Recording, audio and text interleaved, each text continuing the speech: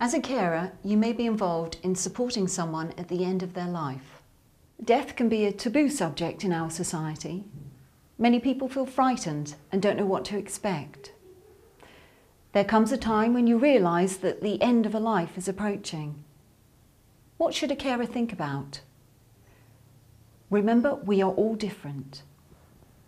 Tina, you cared for someone recently who died. What were the issues for you? Yeah, I cared for my mother-in-law in the last few weeks of her life.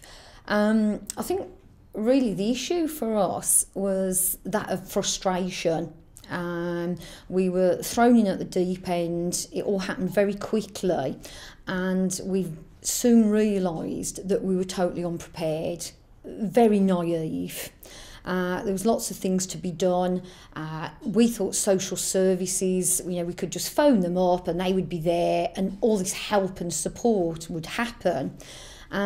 It didn't, and because of the urgency of the situation, we just had to get on with it. So at times we felt very overwhelmed, very much out of control as well, which that's difficult to deal with, especially when you're used to being in control in other situations. The other thing you have to remember is, because you are caring for them and it is the end of their life in a way, they will do things that are out of character, and you just have to be there for them and just constantly offer that support, which is hard on you because it's a very emotional time for you.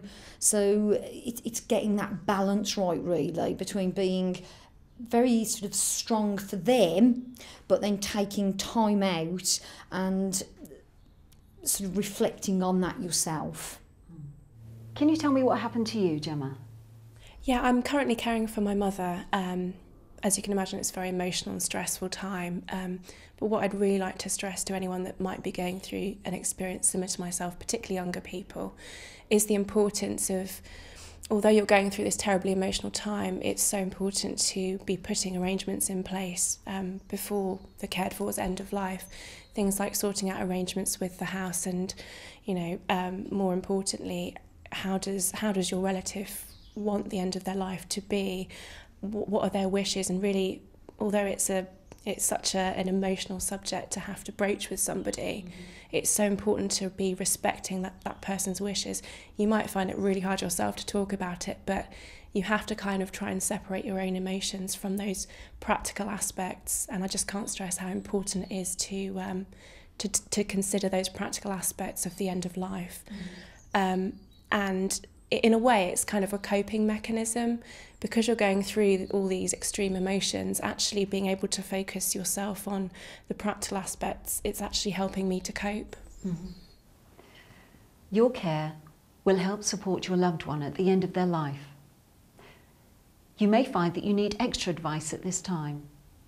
Health professionals who visit will be able to help and advise with changes and help you to continue to care. Remember, you are not alone.